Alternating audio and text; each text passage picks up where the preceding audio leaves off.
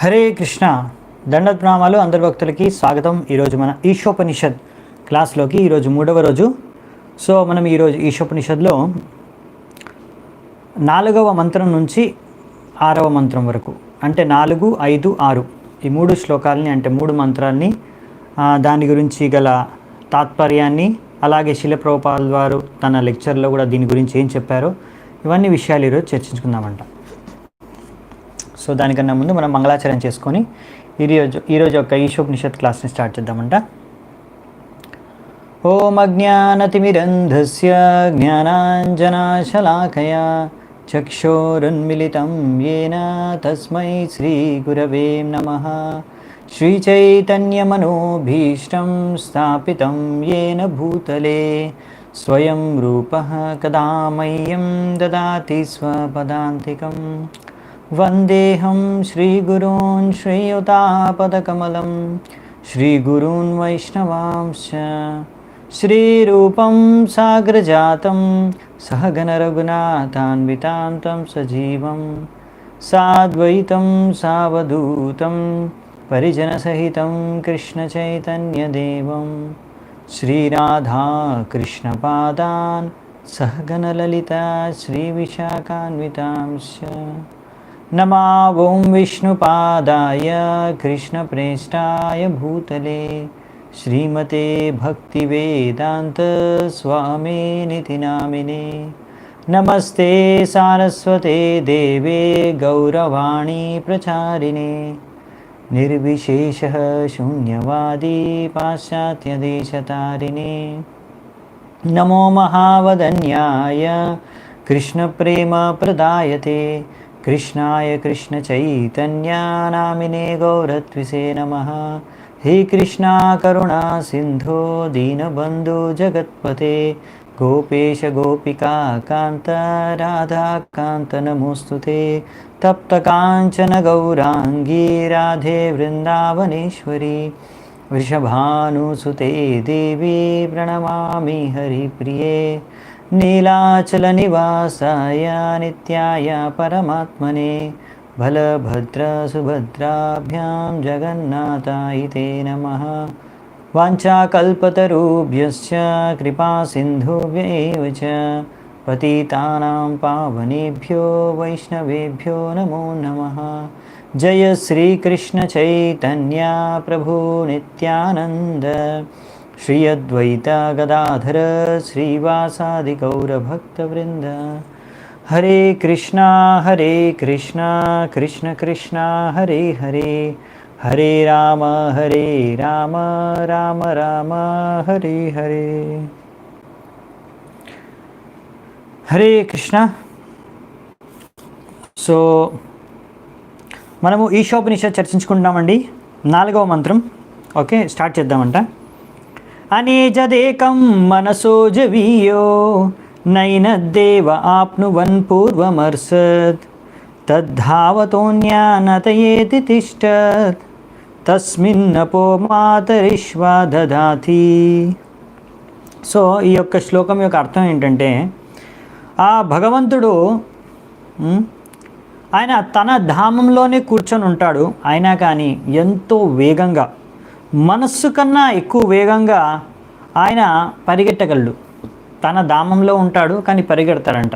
మనస్సు కన్నా వేగంగా పరిగెట్టగలడు. ఎంత పెద్ద పెద్ద దేవతలైనా కానీ ఆయనను సమీపంలో కూడా వెళ్ళలేరు. ఒక్కచోట ఉండే ఆయన మొత్తం అన్నిటినీ, ఈ యొక్క ప్రకృతిని, ఎండ వాన గాలి అన్నిటినీ ఆయన నియంత్రించగలుగుతున్నాడు. ఆ విధంగా ఆయన అందరికన్నా సర్వశక్తిమంతుడు అన్నట్టు ఇక్కడ రాశారన్నమాట. సో దీని అర్థం ఏంటి? అసలు ఒక దగ్గర ధామంలో కూర్చొని భగవంతుడు అన్ని చోట్ల మనస్సు కన్నా వేగంగా పరిగెట్టగలడు అంటే, ప్రభుపాదుల వారు మనకి ఇక్కడ ఒక ఉదాహరణ ఇస్తున్నారు. ఏంటంటే సూర్యుడు ఒక ఉదాహరణ ఇస్తున్నారు. లెక్చర్లో చెప్తారు ప్రభుపాదుల వారు, ఈ శ్లోకం యొక్క లెక్చర్లో, ప్రవచనంలో. ఎలాగైతే మనం ఎక్కడైనా పరిగెడుతున్నాం అనుకోండి, ఒకవేళ మీరు మధ్యాహ్నం పూట పరిగెట్టండి బయట, మీకు పైన సూర్యుడు కనిపిస్తాడు, అవునా? మీరు ఎంత ఫాస్ట్గా పరిగెట్టినా కానీ ఎప్పుడు మీరు పైన చూసినా మీకు సూర్యుడు కనిపిస్తాడు మీ పైన. మీరు గమనించారా? సో అలా మీరు ఎంత వేగంగా పరిగెట్టినా సూర్యుడు ఎప్పుడు మీ పైన, మీరు ఎప్పుడు చూసినా పైన ఉంటాడు. సో అది సూర్యుడు ఎలా ఎప్పుడు మీ వెంట వస్తున్నట్టే అనిపిస్తాడు, అవునా? మీ వెంట ఆయన పరిగెడుతున్నట్టు అనిపిస్తాడు మీరు ఎంత వేగంగా పరిగెట్టినా కానీ. సో అలా ఒక సూర్యుడికే సంభవం అయితే భగవంతుడికి సంభవం కాదా?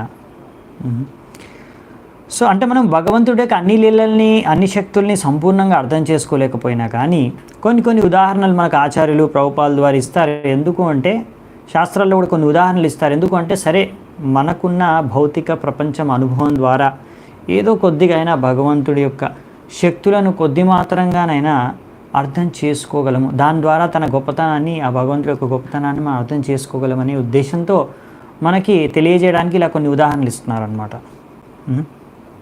ఒక్కచోటే ఉన్నా కానీ భగవంతుడు మొత్తం ప్రపంచాన్ని నియంత్రించగలడంట. అది ఎలా సంభవం అంటే దానికి కూడా మనకు ప్రభుపాల్ వారు కొన్ని ఉదాహరణలు ఇస్తారనమాట. ఆయన లెక్చర్లో ఆయన చెప్తున్నారు, ఎలాగైతే చాలా ధనవంతుడు ఉంటాడు, ఎంతో డబ్బున్న వ్యక్తి, చాలా ధనవంతుడు, అతను అంత పెద్ద చాలా ధనమున్న వ్యక్తి, అతను అసలు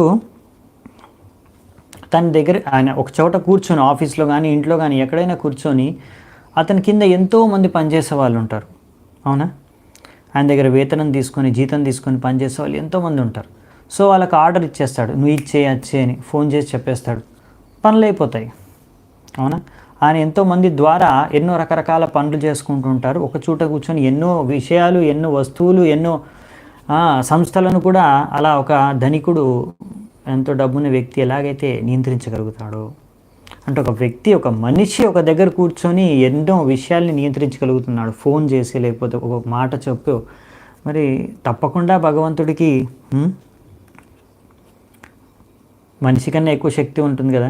అంటే తన ధామంలో కూర్చొని కూడా ఆయన మొత్తం ప్రకృతిలో, ఈ సృష్టిలో ఉన్న ప్రతి మూలను కూడా ఆయన నియంత్రణ అనేది ఉంటుందన్నమాట. ఎలాగైతే ఇప్పుడు మనకు ఆధునిక ప్రపంచంలో ఒక వ్యక్తి ప్రభుపాల్ అన్నారు ఎన్నో మిషన్లు కనిపెట్టారు. ఒక్క బటన్ నొక్కితే చాలు. ఇప్పుడు బటన్ నొక్కడం కూడా అవసరం లేదు, టచ్ స్క్రీన్, అవునా?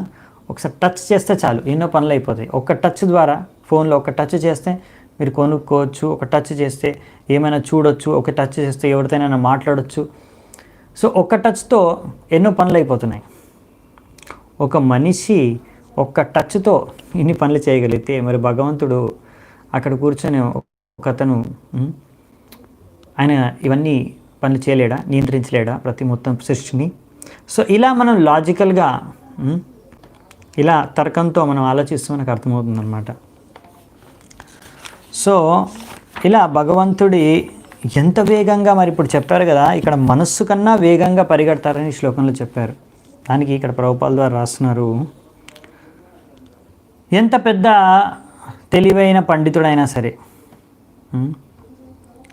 అతను ఎవరైనా సరే మనసు వేగంతో పరిగెట్టగలరు. మనసు వేగం అంటే ఇప్పుడు చూడండి, మీరు ప్రభుపాల్ ద్వారా ఒక దగ్గర చెప్పారు లెక్చర్లో, దీనికి సంబంధించిన, మీరు ఏరోప్లేన్ తీసుకొని మీరు వేగంగా ఇక్కడ నుంచి అమెరికాకి వెళ్ళాలనుకోండి, ఒక చోటు ఇంకో చోటుకి, మీరు ఎంత వేగంగా వెళ్ళే ఏరోప్లేన్ తీసుకున్నా మీకు 12 గంటలు ఎంతో పడుతుంది, ఒక రోజు 12 గంటలు పడుతుంది, సమయం పడుతుంది, అవునా? అంతకన్నా వేగంగా వెళ్ళలేరు. ఎంత ఫాస్టెస్ట్ ఏరోప్లేన్ తీసుకున్న, జెట్ ప్లేన్ తీసుకుని వెళ్ళినా కొన్ని గంటలు పడుతుంది. కానీ మీరు మనసులో తలుచుకున్నారనుకోండి, ఈ క్షణాన మనసులో తలుచుకుంటే మన మనస్సు వెంటనే అమెరికాకి వెళ్ళిపోవచ్చు. మన శరీరం ఇక్కడే ఉండొచ్చు, కానీ మన మనస్సు వెంటనే అమెరికాకి వెళ్ళిపోవచ్చు. అంటే మనసు ఎంత వేగంగా ప్రయాణిస్తుంది మీరు అంచనా వేయచ్చు. తలుచుకోవడమే ఆలస్యం అన్నమాట. మరి మనస్సు కన్నా వేగంగా భగవంతుడు ప్రయాణించగలడంట. సో మరి ఇక్కడ మనకు శాస్త్రాల్లో ఏం చెప్పారంటే, ఇలా ఒక వ్యక్తి ఒకవేళ ఆ వ్యక్తి భక్తుడు కాదు, ఎంతో జ్ఞాని పండితుడు, ఈ జ్ఞాని వ్యక్తి ఎప్పుడు చూసినా భగవంతుడిని అర్థం చేసుకోవడానికి, భగవద్ధామానికి వెళ్ళడానికి, భగవంతుడు ధామం ఎక్కడుందో వెళ్ళడానికి తన మనస్సు ద్వారా, జ్ఞానం ద్వారా, బుద్ధి ద్వారా ప్రయాణించి తెలుసుకోవాలనుకుంటాడు. కానీ అలా ఎన్ని రోజులు మనస్సు వేగంతో కానీ, ఈ గాలి వేగంతో కానీ ఎంత వేగంతో ప్రయత్నించినా ఆ వ్యక్తి ఎంత వేగంతో ఒకవేళ వెళ్ళగలిగిన, మనస్సు వేగం అంటే మీకు చూపించాం కదా, అంచనా వేసుకున్నాం కదా, అలాంటి వేగంతో ఎన్నో వందల సంవత్సరాలు ప్రయాణించినా కానీ ఆ వ్యక్తి భగవంతుడిని చేరుకోలేడంట. ఎందుకంటే భగవంతుడి ధామం అనేది ఆధ్యాత్మిక జగత్తు, చిన్మయ జగత్తు. ఆ ఆధ్యాత్మిక ప్రపంచానికి భౌతిక బుద్ధి, భౌతిక మనస్సు, ఇంకా భౌతిక తెలివితేటలతో మనం చేరుకోలేమన్నమాట. సో అక్కడ ఆయన భగవద్ధామంలో కూర్చొని భగవంతుడు అంతే ఎంత దూరం ఉంది మీరు ఆలోచించండి. రూపాలు అదే చెప్తున్నారు ఇక్కడ. కృష్ణలోకం, గోలోక బృందావనం, వైకుంఠం అనేది చాలా దూరం, ఈ బ్రహ్మాండం అవతల ఉంది. సో అంత దూరం నుంచి కూడా భగవంతుడు ఎంతో వేగంగా ఒక క్షణాన్ని ఇక్కడికి చేరుకోగలడు. మనం ఎక్కడంటే అక్కడికి, ఎక్కడ అనుకుంటే అక్కడికి భగవంతుడు. సో భగవంతుడికి ముఖ్యంగా ఎన్నో శక్తులు ఉన్నా కానీ మనము ముఖ్యంగా 3 శక్తులుగా మనం చదువుకుంటాం, 3 శక్తులుగా విభజిస్తాం భగవంతుడి శక్తులు. అవునా? అంతరంగ శక్తి, బహిరంగ శక్తి, తటస్థ శక్తి. ఇప్పుడు ఎంత పెద్ద ఇక్కడ రాశారు కదా శ్లోకంలో, ఎంతో పెద్ద దేవతలైనా కానీ ఆయన శక్తిని అంచనా వేయలేరు, ఆయన స్వాల సామర్థ్యం ద్వారా భగవంతుడి దగ్గరికి వెళ్ళలేరు. సో ఇలా ఎంతో పెద్ద దేవతలు, వాళ్ళకి ఎంతో పెద్ద శక్తులు ఉంటాయి. వాళ్ళు వాయువుని, వానని, ఎండని, గాలిని, వారు నీరుని నియంత్రిస్తున్నారు. అలాంటి అంతశక్తి కలిగిన దేవతలు కూడా ఏ శక్తి కిందకి వస్తారు అంటే భగవంతుడి యొక్క తటస్థ శక్తి. మన మనమందరం కూడా భగవంతుడి యొక్క తటస్థ శక్తిలోకే, ఆ కేటగిరీలోకే వస్తాం, ఆ వర్గంలోకే చెందినవారు. అలాగే దేవతలందరూ కూడా తటస్థ శక్తి. అలాగే ఈ యొక్క భౌతిక ప్రపంచం అంతా భగవంతుడి యొక్క బహిరంగ శక్తి ద్వారా నిర్మితమైనది. అలాగే భగవంతుడి యొక్క ఆధ్యాత్మిక ప్రపంచం, వైకుంఠ లోకం, అవన్నీ భగవంతుడి యొక్క అంతరంగ శక్తి ద్వారా నిర్మితమైనవి. సో కొన్ని విషయాలు మీకు తెలుసుండొచ్చు, ఎందుకంటే ఈశోపనిషత్తులో చాలా విషయాలు మనము భాగవతంలో, భగవద్గీతలో చదువుకొని ఉంటాము. సో అందుకని మీరు ఆల్రెడీ భగవద్గీత చదివారు, ఇంకా భాగవతం కూడా వింటున్నారు కనుక చాలా విషయాలు మీకు తెలిసినవిగా అనిపించవచ్చు. కానీ కొన్ని విషయాలు, కొత్త విషయాలు, కొత్త లాజిక్స్, కొత్త ఎగ్జాంపుల్స్, కొత్త కాన్సెప్ట్స్ కూడా మనం నేర్చుకుంటాము. సో అలా చూసుకుంటూ వెళ్దామంట. సో ఇక్కడ ఇంకా ఏం చెప్పారంటే, కొంతమంది ఇక్కడ ఒక మంచి విషయం చెప్పారు. ఇలా భగవంతుడు తన శక్తుల ద్వారా సంపూర్ణ సృష్టిలో విస్తీర్ణమై ఉన్నారు కదా, అంటే మరి భగవంతుడు అన్ని చోట్ల విస్తీర్ణమై ఉండిపోతే అంటే అన్ని దగ్గర డిస్ట్రిబ్యూట్ అయిపోయారు, అన్ని దగ్గర ఆయన పంచబడ్డాడు. మనము అక్కడ ఉన్నాడు, ఇక్కడ భగవంతుడు అంటే అక్కడ కొంచెం భగవంతుడు వెళ్ళిపోయాడేమో, ఇక్కడ కొంచెం భగవంతుడు వెళ్ళిపోయాడు. సో ఇంకా తన ధామంలో ఎలా ఉంటాడు? మొత్తం అన్ని చోట్ల వ్యాపించిపోయాక ఇంకొక దగ్గర ఎలా ఉంటాడు? ఉండలేడు అని కొంతమంది అనుకోవచ్చు. అవునా? అలా కొంతమంది జ్ఞానులు, ఇంకా కొంతమంది మాయావాదులు ఏమనుకుంటారు? భగవంతుడు ఎలా శక్తి రూపంలో, లేకపోతే ఆ జ్యోతి రూపంలో అన్ని చోట్ల వ్యాపించి ఉన్నాడు కనుక ఆయనకి ఇంకా ఆయన ధామంలో ఆయన భగవంతుడిగా ఆ రూపంలో ఉండే ప్రసక్తి లేదు అని కూడా కొంతమంది ఊహించుకుంటారు అన్నమాట. అది మూర్ఖత్వం అని ఇక్కడ చెప్తున్నారన్నమాట. అలా మన దగ్గర ఏదైనా ఉంది, అది భగవంతుడి దగ్గర లేకపోతే ఆయన సంపూర్ణులు ఎలా అవుతాడు? అవునా? సో మనకు రూపం ఉంది కానీ భగవంతుడికి రూపం లేదు అంటే మనకున్నది కూడా భగవంతుడికి లేదా? భగవంతుడికి అన్నీ ఉన్నాయి, భగవంతుడికి ప్రతి ఒక్కటి ఉంది. అవునా? అందుకే ఇంకో చోట కూడా రాస్తారు, ఇది ముఖ్యమైన తేడా అన్నమాట. మాయావాదులు, నిరాకారవాదులు వాళ్ళు ఏమంటారంటే భగవంతుడికి రూపం లేదు, ఆయన సర్వంతర్యాపి, అన్ని చోట్ల వ్యాపించిపోయాడు కనుక ఇంకా అతనికి రూపం అనేది లేదు, అన్ని చోట్ల డిస్ట్రిబ్యూట్ అయిపోయాడు కాబట్టి ఇంకా ఆయనకి రూపం లేదంటారు. కానీ మనం ఏంటంటే వైష్ణవులం కానీ ఎవరైతే పరంపరలో, వైదిక పరంపరలో వ్యాసదేవుని నుంచి నేర్చుకుంటున్నామో, వ్యాసదేవుని అనుసరిస్తున్నామో వాళ్ళందరికీ అర్థం చేసుకునేది ఏంటంటే ఇక్కడ మన శాస్త్రాల ప్రకారం భగవంతుడికి 2 ఫీచర్స్ ఉన్నాయి. ఆయన బ్రహ్మజ్యోతి ద్వారా అన్ని చోట్ల వ్యాపించిన ఆయనకు కూడా ఒక రూపం అనేది ఉంది. ఆయనకు భగవంతుడిగా రూపం ఉంది, ఆయన పరమాత్మ రూపంలో ప్రతి ఒక్కరు హృదయంలో ఉంటాడు, బ్రహ్మజ్యోతి రూపంలో ఆయన యొక్క వెలుగు అంతటా వ్యాపించి ఉంది. ఆయన శక్తుల ద్వారా, అన్ని రకరకాల వివిధ శక్తుల ద్వారా ఆయన ప్రతి దగ్గర, ప్రతి చోట, ప్రతి మూలన వ్యాపించి ఉన్నాడు. సో ఇక్కడ మనము స్వీకరిస్తాం ఏమని? అవును, మీరు అంటున్నారు నిరాకారవాదులు ఏమంటున్నారంటే బ్రహ్మజ్యోతి ఉంటుంది భగవంతుడు. అవును, బ్రహ్మజ్యోతి ఉంటుంది. కొంతమంది జ్ఞానులు అంటారు భగవంతుడు పరమాత్మ రూపంలో అన్ని చోట్ల వ్యాపించిపోయాడు. పరమాత్మ రూపం కూడా ఉంది భగవంతుడిది. సో భగవంతుడు పరమాత్మ రూపం కూడా ఉంది, బ్రహ్మజ్యోతి కూడా ఉంది, ఇంకా భగవంతుడిగా భగవాన్ రూపం కూడా ఉంది. ఈ 3 విషయాలు ఉన్నాయని మనం స్వీకరిస్తాం అన్నమాట. సో ఇదన్నమాట ముఖ్యమైన విషయం. సో ఇది భగవంతుడిని సంపూర్ణంగా మహామహా ఋషులు, దేవతలే అర్థం చేసుకోరు. అలాంటిది సామాన్య మనుషులు, దానవులు, దైత్యులు, అసురులు ఎలా అర్థం చేసుకోగలరు? చాలా కష్టం అని చెప్తున్నారు ఇక్కడ. మరి భగవంతుని అలా అర్థం చేసుకోవడం ఎలా అంటే ఒకటే విధి, భక్తి. కానీ ఆ భక్తి కూడా ఎలా చేసుకోవాలంటే మనము నమ్రత భావనతో, ఎప్పుడైతే మనము ఒక వ్యక్తి భక్తి చేసుకుంటాడో అప్పుడు ఆ భగవంతుడిని సరిగ్గా అర్థం చేసుకోగలడు, లేకపోతే సంభవం కాదని చెప్పారు ఇక్కడ. సో నెక్స్ట్ మంత్రం చూద్దామంట. తదే జతి తన్నై జతి తద్దూరే తద్వంతికే తదంతరస్య సర్వస్య తదు సర్వస్యాస్య బాహ్యతః. సో ఇక్కడ ఏం చెప్తున్నారంటే, ఇక్కడ అన్ని ఈ శ్లోకాలు ఏవైతే ఉంటాయో ఈశోపనిషత్ కానీ ఉపనిషత్తులో కానీ ఇవన్నీ చాలా తర్కం అంటే ఇంకా లాజికల్గా కూడా ఉంటాయి. ఇంకా ఎంతో గూఢ రూపం, ఎంతో కొంచెం ఆ శ్లోకాలు చాలా ఇండైరెక్ట్గా ఉంటాయి అన్నమాట. ఇండైరెక్ట్ మీనింగ్తో ఉంటాయి. అసలు అవి ఏం చెప్పాలనుకుంటున్నాను అర్థం చేసుకోవడం కొంచెం కష్టం. భాగవతంలో, భగవద్గీతలో శ్లోకాలు కొంచెం డైరెక్ట్గా ఉంటాయి అన్నమాట, ఈజీగా మనం అర్థం చేసుకోవచ్చు. ఈ శ్లోకంలో ఏం చెప్తున్నారంటే భగవంతుడు నడుస్తాడు, నడవడు అని చెప్తున్నారు. అంటే భగవంతుడు నడుస్తాడని చెప్తున్నారు, మళ్ళీ నడవడని కూడా చెప్తున్నారు. భగవంతుడు నడుస్తాడు, నడవడు. అలాగే భగవంతుడు ఎంతో దూరం ఉన్నాడు, ఆయన మన పక్కనే ఉన్నాడు. ఆయన ప్రతి దాని లోపల ఉన్నాడు, అలాగే భగవంతుడు ప్రతి దాని బయట కూడా ఉన్నాడు.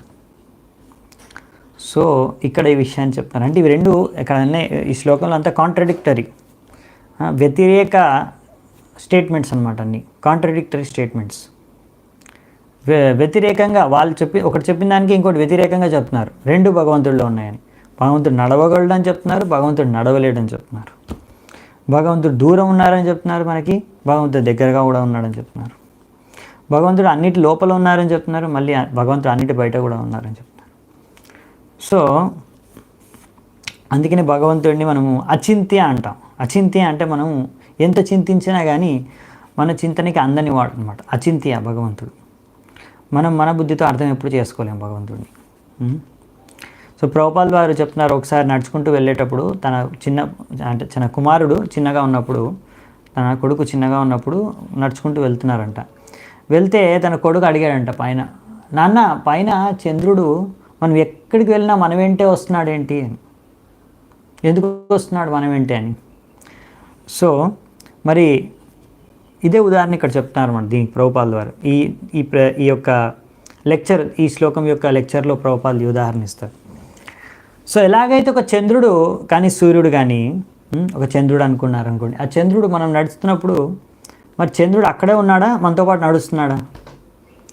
ఇప్పుడు చంద్రుడు అక్కడ నడవట్లేదు కూడా, మనతో పాటు నడుస్తున్నాడు కూడా, అవునా? ఈ ఉదాహరణ ఎలా అర్థం చేసుకున్నారు? అలాగే మరి ఒక చంద్రుడికి ప్రభుపాల్ వారు అన్నారు, ఆ చంద్రుడు అనేది ఒక గ్రహం, అవునా, చంద్రగ్రహం. చంద్రుడు ఒక భౌతిక గ్రహానికి ఇది సంభవం అయితే, సూర్యుడికి చంద్రుడికి సంభవం అయితే, అటువంటిది భగవంతుడికి సంభవం కాదా? సో అలా అన్నమాట. అందుకని అచింత్య అంటే ఇప్పుడు చాలా విషయాలు ఉంటాయి మనకి శాస్త్రాల్లో, మనం వాటిని స్వీకరించాలని చెప్తున్నారు ప్రభుపాదుల వారు. ఇది ఎగ్జాంపుల్ ఇస్తారు ఇంకొకటి తన లెక్చర్లోనే, ప్రవచనంలో ప్రభుపాదుల వారు. మనము మందిరంలో శంఖం ఉపయోగిస్తాం, అవునా, భగవంతుడికి శంఖం ఊదుతాము. మళ్ళీ శంఖం ద్వారానే అభిషేకం, కలశం ద్వారా కలశాభిషేకం, శంఖం ద్వారా అభిషేకం చేస్తాం, శంఖం ద్వారా అభిషేకం కూడా చేస్తాము. అంటే శంఖాన్ని చాలా పవిత్రంగా స్వీకరించాం. మామూలుగా శంఖం అనేది ఒక జీవి యొక్క అస్థికంతో సమానంగా చెప్పుకోవచ్చు. అవును, ఏ జీవి అస్థికాలనైనా కానీ బోన్స్, ఏ జీవి స్కెలిటన్ కానీ బోన్స్ కానీ ఏదైనా ప్రాణి పశువుది కానీ దాన్ని మనము శుద్ధంగా భావించమన్నమాట. అది అశుద్ధమైన వస్తువుగా భావిస్తాం. దాన్ని తీసుకెళ్ళి మందిరంలో పెట్టాం. అలాంటి అంటే ఒక అస్థికల్ని బోన్స్ని తీసుకెళ్ళి ఒక పశువు కానీ ఒక ప్రాణి కానీ మనిషి కానీ బోన్స్ తీసుకెళ్ళి మనం మందిరం లోపల పెట్టాం. అవునా?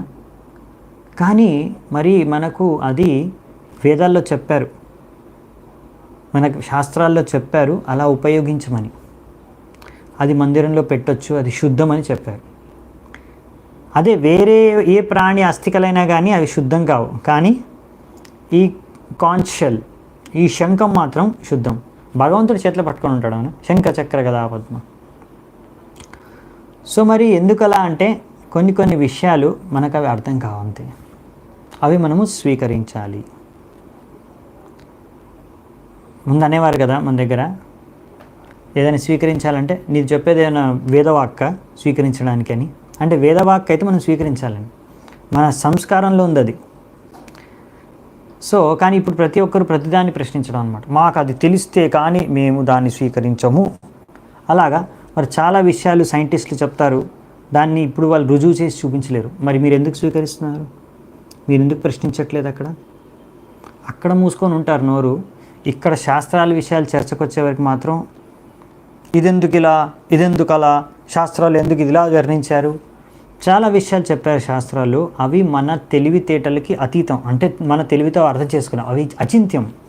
భగవంతుడి గురించి ఇంకా కొన్ని విషయాలు అలా చెప్పినవి కూడా. మనం గోమూత్రం కూడా యూజ్ చేస్తాం అవునా.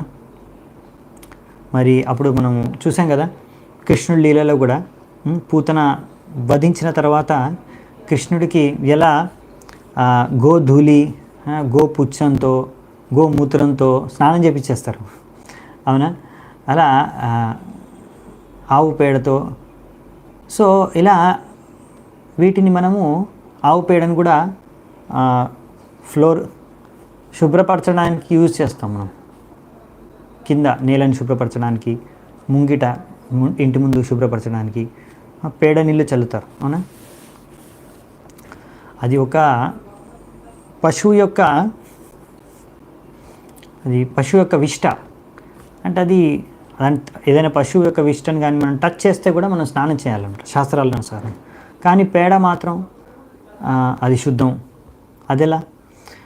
సో కొన్ని విషయాలు మన సైన్స్లో కూడా ప్రూవ్ చేస్తారు. అది కూడా తర్వాత సైంటిస్టులు, ఇందుకే బ్రిటిష్ వాళ్ళు ముందు వచ్చినప్పుడు ఇండియాలో వాళ్ళు చూసి ఇదేంటి భారతీయ సంస్కృతి ఏంటి, ఇక్కడ ఒక ఆవు యొక్క పేడ, దాని యొక్క పేడను తీసుకొని దానిలో నీళ్లు కలిపి ఇంట్లో అంతా ఇంటి బయట అంతా చల్లుకుంటున్నారు ఏంటి, దాంతో ఈ యొక్క గోడలనంతా పూసేసి ఇదంతా అన్క్లీన్, అన్హైజినిక్.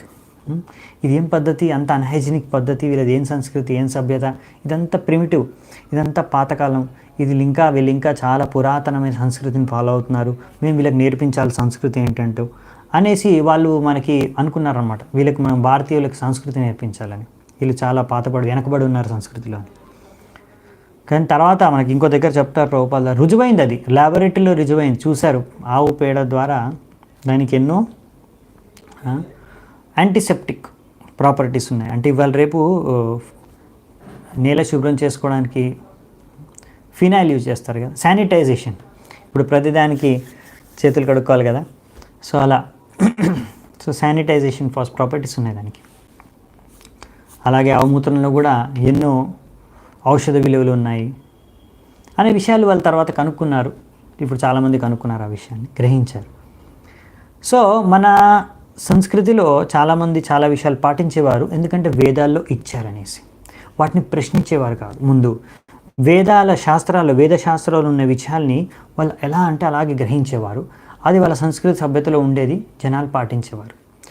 ప్రతి ఒక్క విషయం తెలియకపోవచ్చు, కానీ కొంతమంది విద్వానులకి, ఎవరైతే బ్రాహ్మణులు ఎవరైతే శాస్త్రాల్ని బాగా అర్థం చేసుకున్నారో చదువుకున్నారో కొంతమందికి చాలా విషయాలు తెలుసు. ఎంత పెద్ద ఋషులైనా మునులైనా కానీ వాళ్ళకు కూడా కొన్ని విషయాలు వేదశాస్త్రంలో ఉన్నాయి, వాళ్ళకి తెలియకపోవచ్చు. అందుకే అచింత్య అనమాట కొన్ని విషయాలు. సో కానీ వేదశాస్త్రాల్లో ఉన్నాయి అంటే వాటిని మనం గ్రహించాలి అనే విషయాన్ని ప్రభుపాల ద్వారా అంటున్నారు. వాటికి మనం ఎదురు ప్రశ్న వేసామనుకోండి, కొన్ని మనం నేర్చుకోగలము, కొన్ని అర్థం చేసుకోగలము, కొన్ని విషయాలు మన తెలివితో కూడా మనం అర్థం చేసుకోగలం. అందుకే ఎన్నో ఉదాహరణలు ఇచ్చి మనకి ఇంత క్లాస్ ఇస్తున్నాం. ఎందుకు ఇంత లెక్చర్ కానీ ప్రవచనాల్లో కొన్ని విషయాలు మనం అర్థం చేసుకోగలిగినవి మనకు అర్థం చేపిస్తారు. ఎంత అయినా కానీ కొన్ని విషయాలు ఆధ్యాత్మిక విషయాలు మనకు అర్థం కావు, భగవంతుడికి సంబంధించిన కొన్ని విషయాలు అర్థం కాకపోవచ్చు.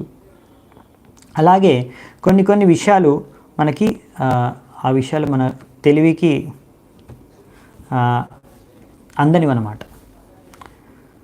సో మరి అలాంటి విషయాలు మనము వేదాల్లో చెప్పారంటే మనం స్వీకరించాలని. ఇప్పుడు మనము వితండవాదం చేసామనుకోండి, అది నాకు రుజువు చేసి చూపిస్తే కానీ నేను నమ్మను, నేను మీ మార్గాన్ని పాటించను, ఇంకా దానికి సొల్యూషన్ లేదు, దానికి ఉపాయం లేదని చెప్తున్నారు ప్రభుపాద.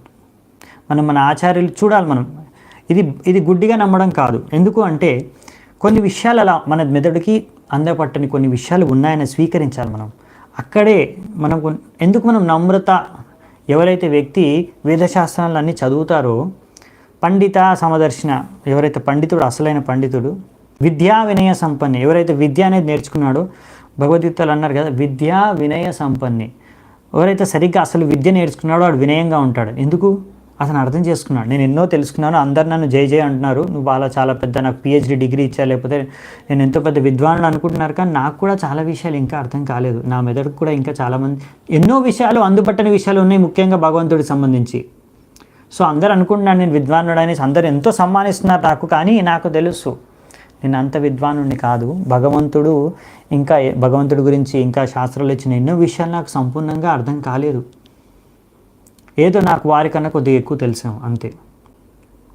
దానికి వాళ్ళు ఇంత నాకు ఆదరణ ఇస్తున్నారు కనుక నేను అంతగా గర్వపడాల్సిన విషయం కాదు, నేను అసలు యోగ్యుణ్ణి కాదు ఈ ఆదరణకి అని అతను నమ్రత భావనతో ఉంటాడనమాట, ఆ విషయం తెలుసుకొని.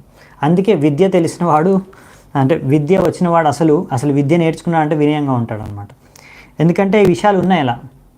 ఇప్పుడు మీరు ఎంత పెద్ద సైంటిస్ట్ దగ్గర వెళ్ళినా కానీ వాళ్ళకు కూడా రెండు ప్రశ్నలు ఉన్నాయండి. ఇప్పటివరకు ఏ సైంటిస్టు అంటే ఏ వైజ్ఞానికవేత్త ఇప్పటివరకు ఈ రెండు ప్రశ్నలకి ఉదాహరణ ఇవ్వలేదు. ఆ రెండు ప్రశ్నలు ఏంటి? ఒకటి, ఈ సృష్టి ఎలా జరిగింది చెప్పండి. వాళ్ళు ఎన్నో రకాల సిద్ధాంతాలు ఉన్నాయి వాళ్ళ దగ్గర, కానీ ఒక్క సిద్ధాంతాన్నైనా రుజువు చేసి చూపించండి మీ ల్యాబొరేటరీలో. సైన్స్ అంటే ఏ సిద్ధాంతం చెప్పినా దాన్ని రుజువు చేసి చూపించాలి కదా. సో మీరు వేదాల్ని, భగవంతుడి విషయాల్ని ప్రశ్నిస్తున్నారు, వేదాల్లో ఉన్న విషయాన్ని రుజువు చేయించి చూపించమని. సో చాలా విషయాలు వేదాల్లో ఉన్నాయి, రుజువు అయిపోయాయి. ఇప్పటివరకు ఒక్క విషయం కూడా వేదశాస్త్రాల్లో ఉన్నది ఈ రోజు వరకు ఒక్క విషయం కూడా తప్పు అని రుజువు అవ్వలేదు. అన్ని విషయాలు కరెక్ట్. అంటే కొన్ని విషయాలు మీరు రుజువు చేయలేకపోయారు, మనుషులు వేదాల్లో ఉన్న కొన్ని విషయాలు అర్థం చేసుకోలేకపోయారు, కొన్ని విషయాల్ని రుజువు చేయలేకపోయారు, అది వాళ్ళ అసమర్థత. అంతేకాని అందులో వేదాల్లో ఏమాత్రం లోపం లేదు. అర్థమవుతుందా? కానీ సైంటిస్టులు మరి వాళ్ళకి అన్నీ తెలుసు అంటారు, మరి అలాంటప్పుడు ఎంతో ప్రగతి సాధించారమంటారు. మరి అలాంటప్పుడు మరి సృష్టి ఎలా జరిగిందనే విషయం మనం ముందే ఆల్రెడీ కొంచెం భాగవతంలో చదువుకున్నాం, ఇంకా కొద్దిగా చదవబోతున్నాం కూడా. సో సృష్టి గురించి మొత్తం మాకు భాగవతంలో ఇచ్చారు, అవునా? మరి ఇప్పుడు మాకు తెలిసిపోయింది, భాగవతం నుంచి మాకు తెలిసిపోతుంది. మరి సైంటిస్టులు పిహెచ్డి చేసిన వాడు కానీ ఎంత పెద్ద సైంటిస్ట్ అయినా వైజ్ఞానికవేత్త అయినా అడగండి, సృష్టి ఎలా జరిగిందో చెప్పలేడు. సరే సృష్టి వదిలేసి, ఈ సృష్టి ఎలా, బ్రహ్మాండ సృష్టి ఎలా, ఓకే. ప్రాణం, లైఫ్. సో మొదటి ప్రాణి ఎలా, జీవం అనేది ఉత్పన్నమైంది, ఈ యొక్క ప్రపంచంలో జీవం ఎలా ఉత్పన్నమైంది, లైఫ్ అంటే ఏంటి చెప్పగలరా? ఒక లివింగ్, ఒక బతికే జీవికి, మృతి చెందిన జీవికి రెండిటికి తేడా చెప్పగలరా ఒక సైంటిస్టు? ప్రభుపాల్ ద్వారా ఒక పెద్ద కాలేజ్ పేరు అమెరికాలో, మ్యాసచ్యూసెట్స్ ఇన్స్టిట్యూట్ ఆఫ్ టెక్నాలజీ అని, MIT అని. మొత్తం ఇప్పుడు మొత్తం ప్రపంచంలో అన్నిటికన్నా ఉన్నత. అక్కడికి వెళ్ళి ప్రభుపాద్ వాళ్ళు చూసారంట, అక్కడ లెక్చర్ ఇవ్వడానికి వెళ్ళారు. అక్కడ చూసారు, ఇక్కడ చాలా డిపార్ట్మెంట్లు ఉన్నాయి, ఎన్నో రకరకాల విభిన్న రంగాల్లో అనేక డిపార్ట్మెంట్లు ఉన్నాయి. ప్రభుపాల్ ద్వారా అన్ని డిపార్ట్మెంట్లు చూసేసి ఓకే 60 డిపార్ట్మెంట్లు ఎన్నో ఉన్నాయన్నారు. చాలా డిపార్ట్మెంట్లు ఉన్నాయి, అన్నిటికన్నా పెద్ద కాలేజీ మీది, పెద్ద యూనివర్సిటీ, మొత్తం పృథ్వీ మీదే మీది అన్నిటికన్నా గొప్ప యూనివర్సిటీ అంటారు. సరే మీ దగ్గర ఏదైనా ఈ డిపార్ట్మెంట్ ఏదైనా ఉందా? ఏ డిపార్ట్మెంట్లో అయితే ఇలా ఒక జీవించి ఉన్న శరీరానికి మృతి చెందిన శరీరానికి తేడా ఏంటో బోధించే అలాంటి ఏ డిపార్ట్మెంట్ ఏదైనా ఉందా అని. అప్పుడు వాళ్ళు లేదండి అని చెప్పారనమాట. అంటే ఆత్మతత్వం గురించి జ్ఞానం ఇచ్చే ఒక డిపార్ట్మెంట్ కూడా లేదు. అంటే ఎంత పెద్ద సైంటిస్ట్ అయినా సరే ఆత్మతత్వం గురించి వాళ్ళకి తెలియదు. చూసారా? అంటే ఒక మృతజీవికి ఒక జీవించిన వ్యక్తికి తేడా ఏంటో తెలియదు వాళ్ళకి. అదే మనకు ఎవరైనా భక్తుడు, ఇప్పుడు చిన్న చిన్న పిల్లలు కూడా మేము మన క్లాసులు అటెండ్ అవుతున్నారు, వాళ్ళకు కూడా తెలుసు. ఓకే, జన్మ అంటే ఒక ఆత్మ ఒక కొత్త శరీరాన్ని ధరిస్తే దాన్ని జన్మ అంటారు. ఎప్పుడైతే ఆత్మ శరీరాన్ని వదిలేస్తుందో దాన్ని మృత్యు అంటారు. అలా ఆత్మ ఎన్నో శరీరాల్ని మారుతూ కర్మానుసారంగా తను చేసుకున్న కర్మల ప్రకారం ఎన్నో శరీరాల్ని మార్చుకుంటూ ఎన్నో జీవితాలు ఎన్నో జీవనాలు ఎన్నో రకరకాల శరీరాలు ధరిస్తూ ఉంటుంది అని మనందరికీ తెలుసు. కానీ ఆ విషయం వాళ్ళకి తెలియదు, ఎంతో పెద్ద వైజ్ఞానికవేత్తలైన కానీ. సో ఎన్నో ప్రశ్నలకి సమాధానం లేదండి. నేను ఊరికే చెప్పట్లేదు, నేను ఆ సబ్జెక్టులు చదివాను, అలాంటి ఫీల్డ్లో ఉన్నాను కదా, చూశాను. నేను పెద్ద పెద్ద పుస్తకాలు ఉంటాయి, ఇంతలా ఉంటుంది పుస్తకం, ఓకేనా, ఇంతలా పెద్ద పుస్తకం అన్నమాట. అందులో స్టార్టింగ్లోనే రాసి ఉంటుంది లైఫ్ ఈజ్ సో కాంప్లికేటెడ్. అది ఎంత కాంప్లికేటెడ్ అంటే అది వర్ణించడం కష్టం అని. ఇక తెలియదని చెప్పొచ్చు కదా, అంత తిప్పి తిప్పి రాయడం ఎందుకు, మాకేందో తెలియదని చెప్పచ్చు. మరి ఇంత పెద్ద పుస్తకం దాని మీద రాశారు మరి. సో అందుకనే మనం అర్థం చేసుకోవాల్సిన విషయం ఏంటంటే, చాలా విషయాలు మనకు అర్థం కాకపోవచ్చు, కానీ మనం వేదాల్లో ఉన్న విషయాల్ని స్వీకరించాలి. అవి సత్యాలు, యాక్సియోమాటిక్స్ ట్రూత్స్ అంటారు. సైన్స్లో కూడా మ్యాథమెటిక్స్లో కూడా కొన్ని విషయాలు ఉన్నాయి, వాటిని రుజువు చేయలేరు. కొన్ని ఫార్ములాస్ ఉన్నాయి, కొన్ని ప్రిన్సిపల్స్ ఉన్నాయి, వాటిని రుజువు చేయలేరు. కానీ వాళ్ళు చూస్తున్నారు అవి పాటిస్తే మనకు పనులు అవుతున్నాయి అనేసి యూజ్ చేసుకుంటున్నారు, దాన్ని రుజువు చేయలేకపోయినా కానీ. సో మరి అలాంటప్పుడు మరి మీరు అక్కడ మాత్రం సైన్స్లో మాత్రం కొన్ని విషయాల్ని రుజువు చేయలేకపోయినా కానీ నమ్మి ముందుకెళ్తున్నారు కదా, నమ్మి ఆ సబ్జెక్ట్ని స్వీకరిస్తున్నారు కదా, అదే సబ్జెక్ట్ని చదువుకొని నమ్ముతున్నారు కదా. మరి ఇక్కడ అలాంటప్పుడు అలాగే ఇక్కడ కూడా మీరు స్వీకరించవచ్చు కదా, అదే లాజిక్తో, రైట్? సో అందుకనే ప్రభుపాల్ ద్వారా ఇలాంటి మంచి మంచి మనకి ఎగ్జాంపుల్ ఉదాహరణలు ఇస్తున్నారనమాట, మనం అర్థం చేసుకోవడానికి. చాలా చదివిన తర్వాత మనం అర్థం చేసుకోవాల్సింది ఏంటంటే, అన్ని శాస్త్రాలు చదివి ఆ భగవంతుడిని మనం సంపూర్ణంగా అర్థం చేసుకోలేము అనే విషయాన్ని మనం ఎప్పుడైతే అర్థం చేసుకుంటామో అప్పుడు మనం నిజంగా సరిగ్గా వేదశాస్త్రాలని చదువుకున్నామని. మళ్ళీ వేదశాస్త్రాలు ఎందుకు చదవాలంటే కృష్ణుని అర్థం చేసుకోవడం కోసమే. సో ఇదే అనమాట. అంటే అర్థం ఏంటంటే, చేసుకోగలమో భగవంతుడి యొక్క అనుగ్రహం ద్వారా ఎంత అర్థం చేసుకోగలమో అంతే మనం అర్థం చేసుకోగలము. సో ఒకవేళ కొంతమంది అలాంటి వాళ్ళు అన్నవాళ్ళు కూడా భగవంతుడికి రూపం లేదు, అలా ఎలా సంభవం, ఇలా చేయడం ఎలా సంభవం అని అన్నా కానీ ఇక్కడ ప్రభుపాల్ ద్వారా అంటున్నారు, ఒకవేళ భగవంతుడు మీ ముందుకు వచ్చినా కానీ మీరు గుర్తించలేరు అని. అవునా? కృష్ణుడు స్వయంగా ఈ భూమి మీద ఉన్నప్పుడు కూడా ఎంతోమంది ఆయన భగవంతుడు నమ్మలేదు. అందుకే కదా కురుక్షేత్ర భూమిలో మీరు చూస్తే 18 అక్షోణిల సేన యుద్ధం చేస్తే పాండవుల వైపు ఎంతమంది? 7 అక్షోణి సేన మాత్రమే. కౌరవుల వైపు 11 అక్షోణి సేన. మరి పాండవుల వైపు కృష్ణుడు ఉన్నాడు. అంటే కృష్ణుడికి వ్యతిరేకంగా ఎక్కువ మంది ఉన్నారు అప్పుడు కూడా. కృష్ణుడు భగవంతుడు అని తెలిస్తే మరి ఎందుకు వ్యతిరేకంగా నిలబడతారు? అంటే అంతమంది అప్పుడు కూడా భగవంతుడిగా స్వీకరించలేదు కృష్ణుడిని. అంటే కృష్ణుడు స్వయంగా ముందుకు వచ్చినా కానీ ఎంతోమంది స్వీకరించరు ఆయన భగవంతుడని. సో అలా కొంతమంది మాయామోహితమై ఉంటారు, అలాంటి వాళ్ళు మూర్ఖులు. అందుకనే భగవంతుడు కృష్ణుడు అంటాడు అలాంటి వాళ్ళని మూర్ఖులని. ఆయన నేను స్వయంగా వచ్చినా కానీ కొంతమంది నేను సాధారణ మనిషి అనుకొని నన్ను స్వీకరించరు భగవంతుడు కానీ. సో ఇంకొక విషయం ఏంటంటే, కొంతమంది ఇక్కడ చాలా మంచి ఉదాహరణ ఇచ్చారు. ఏంటంటే భగవంతుడు ఎన్నో లీలలు చేస్తాడు కదా వచ్చినప్పుడు, కృష్ణుడు కానీ ఏ రూపంలో అవతారంలో వచ్చినా కానీ, ముఖ్యంగా మనిషి రూపంలో వచ్చినప్పుడు అంటే కృష్ణుడి రూపంలో కానీ రాముడి రూపంలో వచ్చినప్పుడు ఎన్నో లీలలు మనుషులతో పాటు చేస్తాడు. అలా చూసి భగవంతుడు కూడా సాధారణ మనిషి అని అనుకోవచ్చు కొంతమంది వాదించవచ్చు కూడా.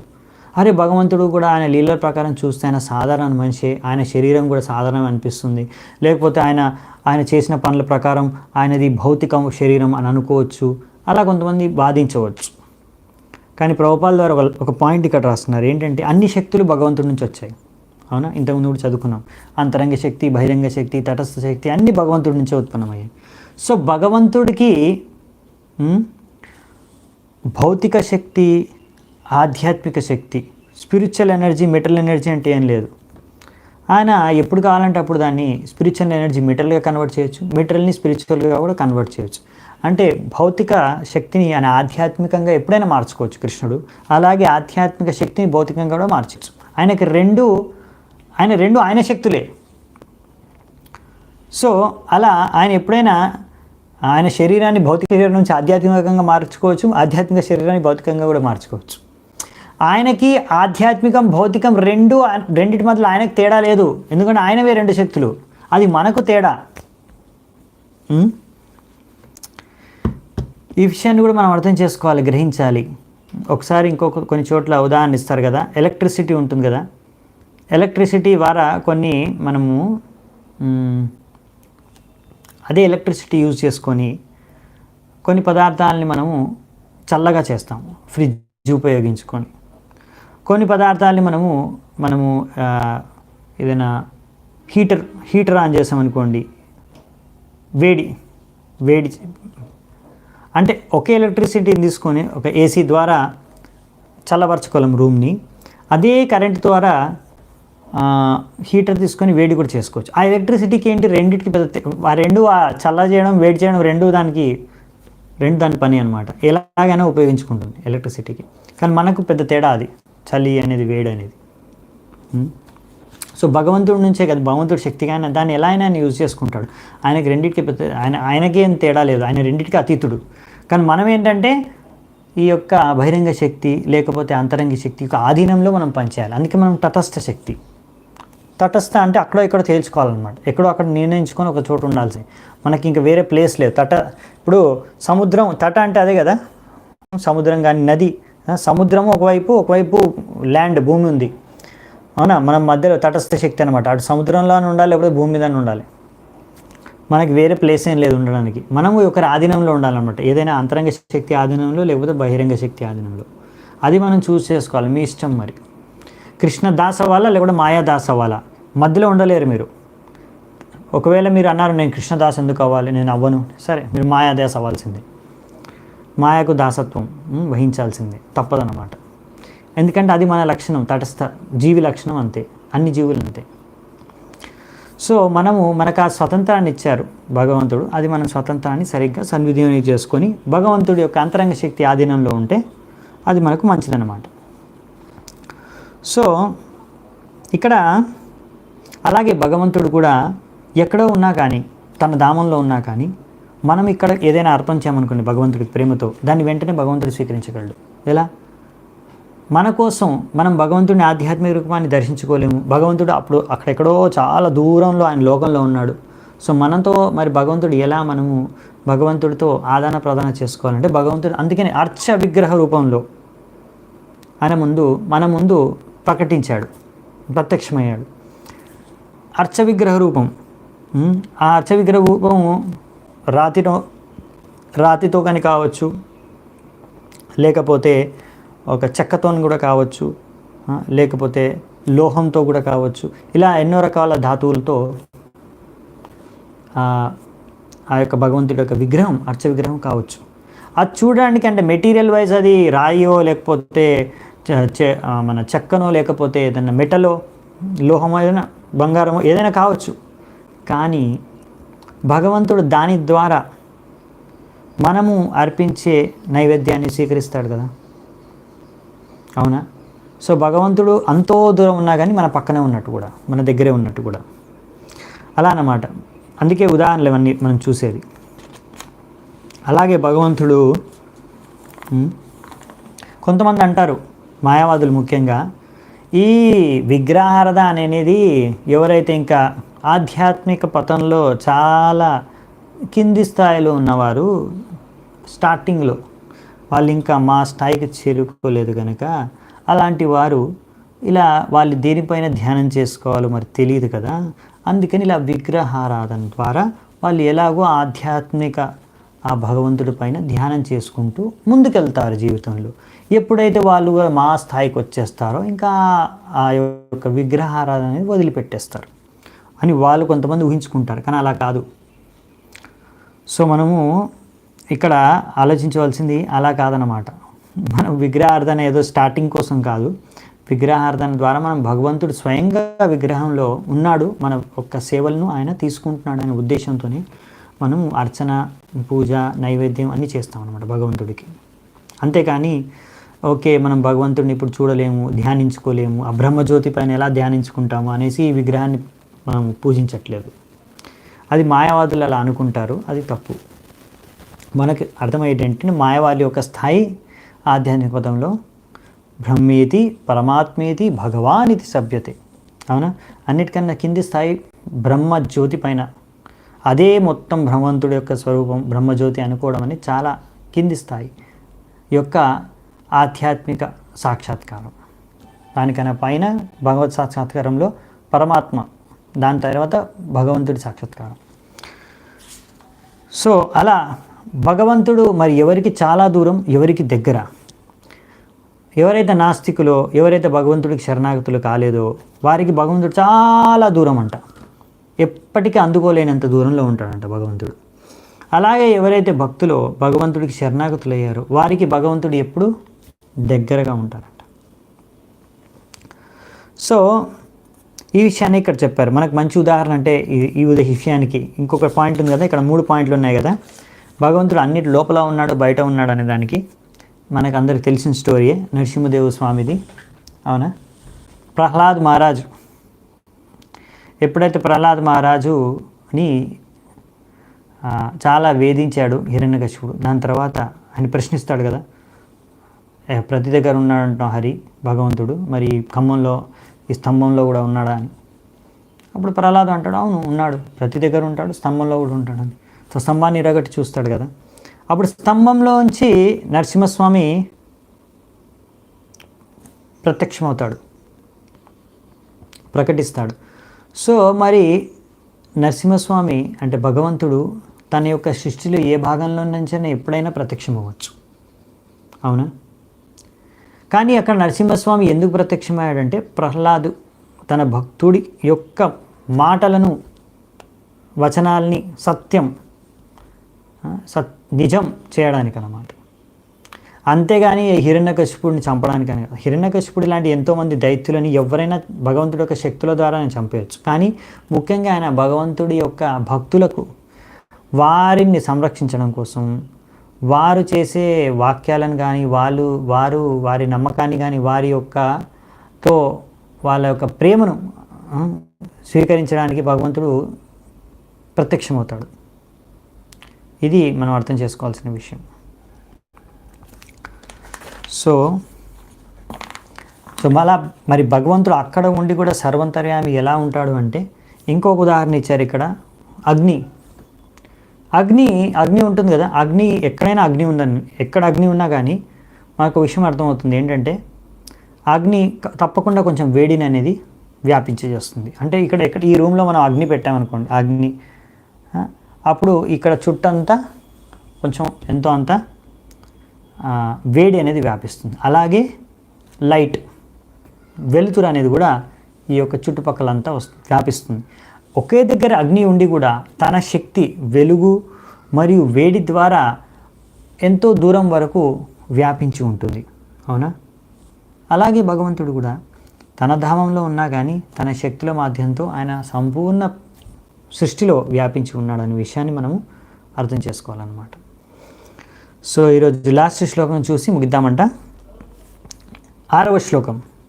యస్తు సర్వాణి భూతాని ఆత్మన్యేవానుపశ్యతి సర్వభూతేషు చాత్మానం తతో న విజుగుప్సతే. ఇక్కడ ఏం చెప్పారంటే ఏ వ్యక్తి అయితే ప్రతి ఒక్క విషయాన్ని, వస్తువుని, మనిషిని, ప్రతి ఒక్క జీవిని, ఏదైనా సరే ఈ సృష్టిలో ప్రతి ఒక్క దాన్ని భగవంతుడితో సంబంధాన్ని, ఆ విషయాన్ని, వస్తువుని, వ్యక్తిని, ప్రాణిని ఆ భగవంతుడితో ఆ సంబంధాన్ని చూడగలిగితే, వాటికి ఆ భగవంతుడికి ఉన్న సంబంధాన్ని చూడగలిగితే ఏమని, ఇవన్నీ భగవంతుడి యొక్క శక్తులే, అంటే భగవంతుడి శక్తి నుంచే, భగవంతుడి నుంచే ఉత్పన్నమైనవి, అంటే భగవంతుడి నుంచే సృష్టించబడ్డవి అని ఎప్పుడైతే చూస్తాడో అప్పుడు అలాంటి వ్యక్తి ప్రతి దగ్గర ఏ విషయాన్ని చూసినా, ఏ వస్తువుని చూసినా, ఏ ప్రాణిని చూసినా భగవంతుడిని స్మరించుకోగలడు, భగవంతుడి పైన ధ్యానించుకోగలడు, భగవంతుడిని చూడగలడు. అలాంటి వ్యక్తి ఏ విషయాన్ని, ఏ వస్తువు పైన ద్వేషాన్ని పెంచుకోవడం అన్నమాట.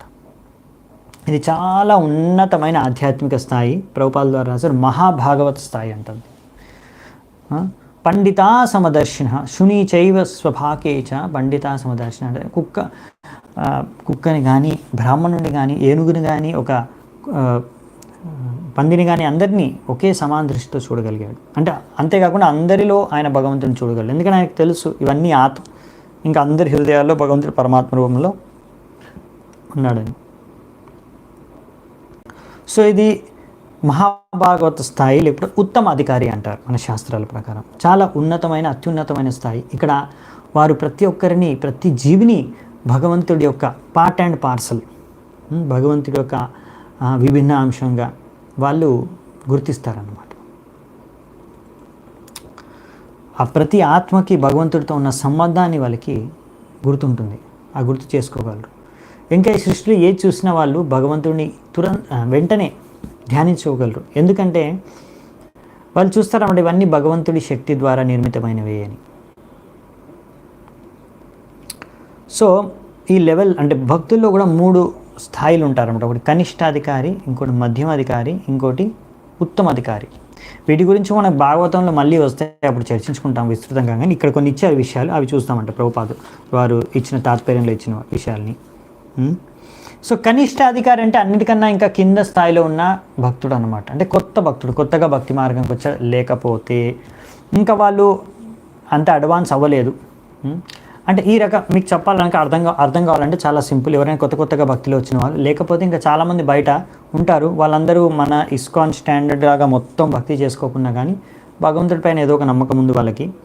అప్పుడప్పుడు చాలాసార్లు వాళ్ళు మందిరాన్ని కూడా దర్శిస్తారు. సో వాళ్ళు చూడండి, మీరు చాలామంది మీరే గమనించండి, మీరు ఇస్కాన్కి రాకముందు కూడా మీరు చూసుంటారు, మీ యొక్క జీవితంలో కూడా మీరు మందిరానికి ఎన్నోసార్లు వెళ్ళి ఉంటారు. కానీ ఎప్పుడు వెళ్ళినా భగవంతుడిని దర్శించుకుంటారు, మీ ప్రార్థన ఏదో చేసుకుంటారు, అక్కడ ప్రసాదం ఏదో తీసుకుంటారు, లేకపోతే కాసేపు కూర్చుంటారు, తర్వాత అక్కడ నుంచి తిరిగి ఇంటికి వచ్చేస్తారు. అవునా?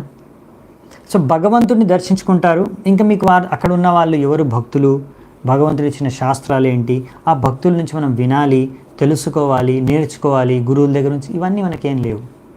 భక్తులతో మనం పెద్దగా సంపర్కం పెట్టుకోము. భగవంతుడి యొక్క భక్తుల్ని సరే ఉన్నారు అక్కడ, వాళ్ళు ఏదో సేవ చేసుకుంటారు, మనకి ఏదైనా అర్చన, ఏదైనా పూజ చేయించాలంటే అప్పుడు మాట్లాడుకుంటాం అంతే. వాళ్ళతో మనం సంబంధం పెంచుకోవడం, వారి ద్వారా మనం శిక్షను గ్రహించడం, ఇవన్నీ పెద్దగా ఆలోచించవు. మన ముఖ్యమైన విషయం ఏంటంటే మనకు భగవంతుడితో సంబంధం అంతే. భగవంతుడిని వెళ్తాము, మనం భగవంతుడిని ప్రార్థించుకున్నాం చాలాసార్లు. అందుకే మీరు చూస్తారు, ఇలాంటి కనిష్ట అధికారి స్థాయిలో ఉన్నవారు చాలామంది కొట్టుకుంటారు కూడా దర్శనం కోసం లైన్లో. నేను ముందుకు వెళ్ళాలి దర్శనం. ఇది కనిష్ట భక్తుడి యొక్క లక్షణం అన్నమాట. సో వారికి అర్థం కావట్లేదు, నువ్వేంటి దర్శనం తీసుకునేది భగవంతుడు, నువ్వేం దర్శనం చేసుకోగలవు భగవంతుడిని. మనం ఎప్పుడైనా భగవంతుడి ముందుకు వెళ్తాం కదా దర్శనానికి, యాక్చువల్లీ మనం భగవంతుడిని కాదు దర్శనం చేసుకోవాల్సింది, భగవంతుడు మనం దర్శనం చేసుకుంటాడు. అప్పుడు భగవంతుడి దృష్టి మన పైన పడితే మన జీవితం ధన్యం అవ్వచ్చు. సో యాక్చువల్లీ ఆ విషయాన్ని అర్థం చేసుకోవాలి. ఇంకా ఏంటంటే ఇలా వాళ్ళు ఏంటంటే నాకు వేరే భక్తులు ఉన్న వాళ్ళని లెక్క చేయరనమాట. వారు ఏమనుకుంటారు, నేను భగవంతుడు అంతే. చాలామంది ఇలాంటి వాళ్ళు కంప్లైంట్ కూడా చేస్తూ ఉంటారు, అదేంటి వాళ్ళు ఎందుకు లోపలికి ఫస్ట్ ఫోన్ ఇచ్చారు. కొంతమంది ఉంటారు, సీనియర్ భక్తులు ఉంటారు అనుకోండి, వాళ్ళు సేవ చేస్తున్నారు అనుకోండి, లోపలికి వాళ్ళని లోపల ఫస్ట్ పంపించారనుకోండి దర్శనం కానీ ఎక్కడైనా కానీ, అదేంటి వాళ్ళని ముందు పంపించారు, మేము లైన్లో నించున్నాం, మాకు ముందు రావాలి, మాకు అధికారం ఉంది.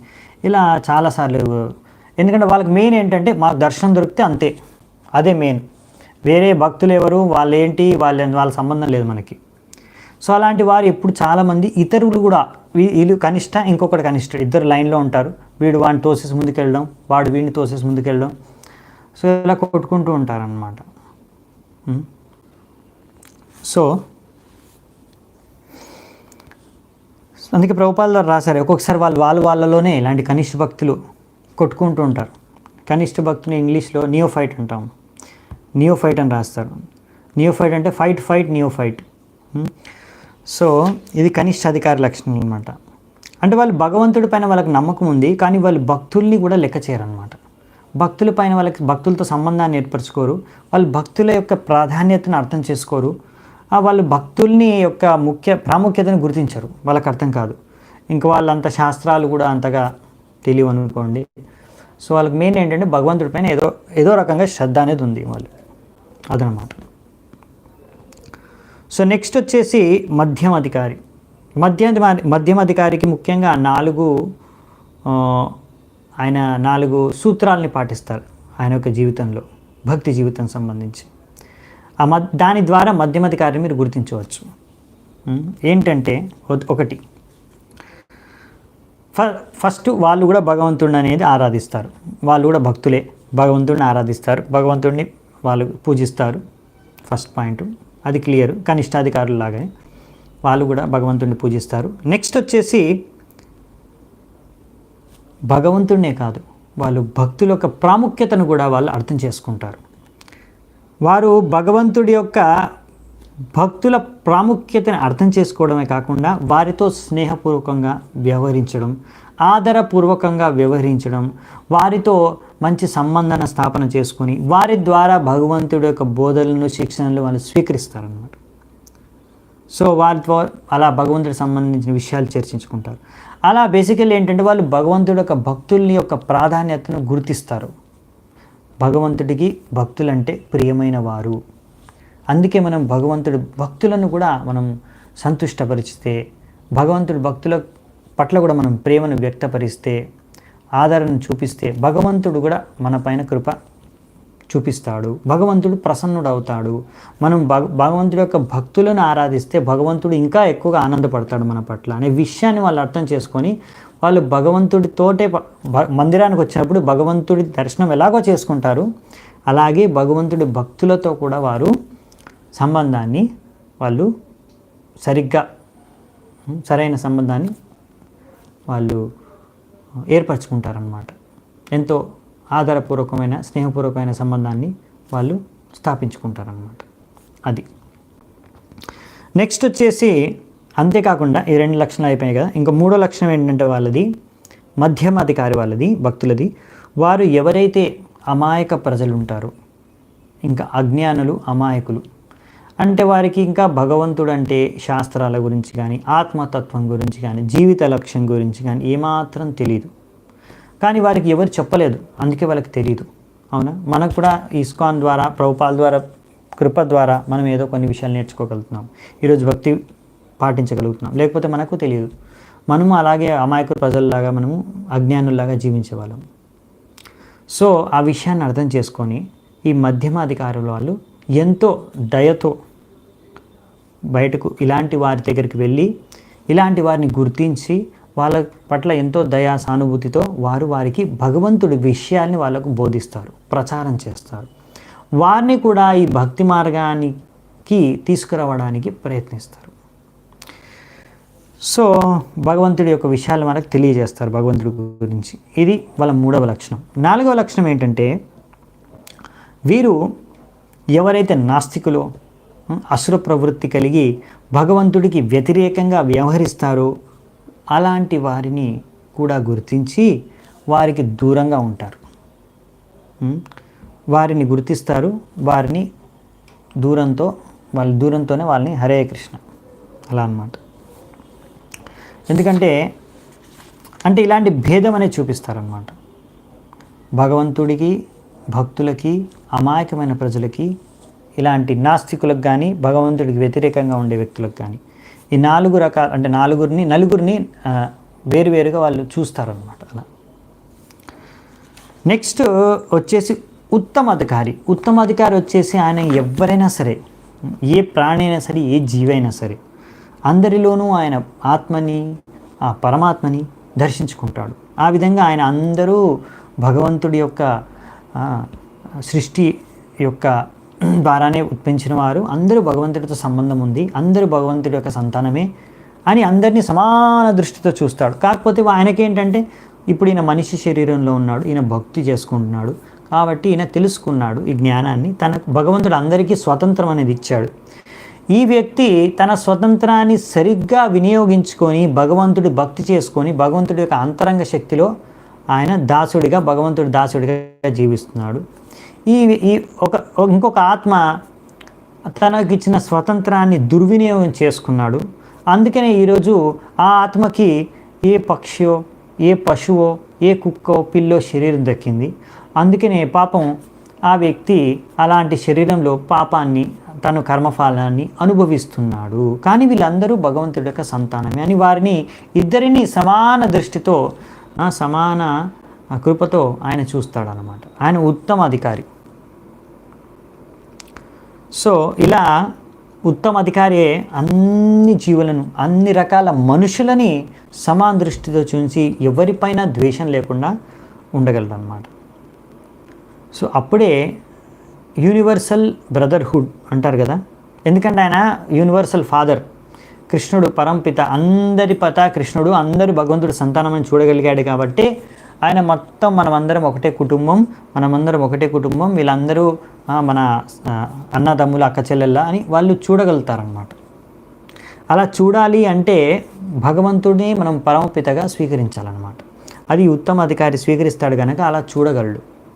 చాలామంది ఈ యొక్క జ్ఞానం లేకుండా ఆర్టిఫిషియల్గా బాయ్ అంటే అందరం అన్నదమ్ములమే, అక్క చెల్లెలమే, అందరూ అన్నదమ్ములమే ఇలా చెప్పుకుంటే మాత్రం, అలా భగవంతుడిని స్వీకరించకుండా మన పరమపితగా ఇలా ఊరికే అలా చెప్పుకుంటే మాత్రం ప్రవచనాల్లో దానికి విలువ లేదు.